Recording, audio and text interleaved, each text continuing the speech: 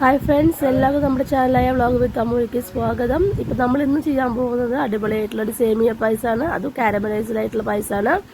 നല്ല അടിപൊളിയാണ് ഈ പായസം. വളരെ എളുപ്പത്തിൽ നമുക്ക് ഉണ്ടാക്കാനായിട്ട് സാധിക്കും. അതിനായിട്ട് നമ്മുടെ സേമിയ വറുത്ത് വെക്കണം. പിന്നെ കുറച്ച് ആവശ്യത്തിനുള്ള പഞ്ചസാര എടുത്ത് കാരമലൈസ് ചെയ്യണം. പിന്നെ 2 ലിറ്റർ പാലാണ് ഞാൻ എടുത്തിരിക്കുന്നത്.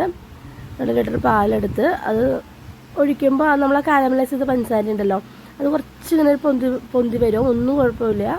അത് നന്നായി ചൂടാവുമ്പോൾ അത് അതിൻ്റെ കൂടെ അലിഞ്ഞോളും. അതിനുശേഷം നന്നായി തിളച്ച് വരുമ്പോൾ നമ്മുടെ സേമിയം, വറുത്ത് വെച്ചിരിക്കുന്ന സേമിയം അതിലേക്ക് ഇട്ട് കൊടുക്കുക. വളരെ എളുപ്പത്തിൽ നമുക്ക് ഉണ്ടാക്കാം. അപ്പോഴേക്കും നമുക്ക് ഒരു സൈഡിൽ നമുക്ക് എന്ത് ചെയ്യാം, അണ്ടിപ്പരിപ്പ് മുന്തിരി നമുക്ക് വറുത്തെടുക്കാം കേട്ടോ. അപ്പോൾ ഇത്രയേ ഉള്ളൂ നമ്മുടെ പായസം. വളരെ എളുപ്പമാണ്. കുറച്ച് ഏലക്കപ്പൊടി ഇട്ട് കൊടുക്കുക. പായസം റെഡി ആയിട്ടുണ്ട്. ഏലക്കപ്പൊടി ഇട്ടതിന് ശേഷം നമ്മുടെ അണ്ടിപ്പരിപ്പ് മുന്തിരിയും കൂടെ നെയ്യിൽ വറുത്തത് അതിലേക്ക് ഇട്ട് കൊടുക്കുക. അത്രയേ ഉള്ളൂ. നമ്മുടെ അടിപൊളിയായിട്ടുള്ള പായസം റെഡി ആയിട്ടുണ്ട്.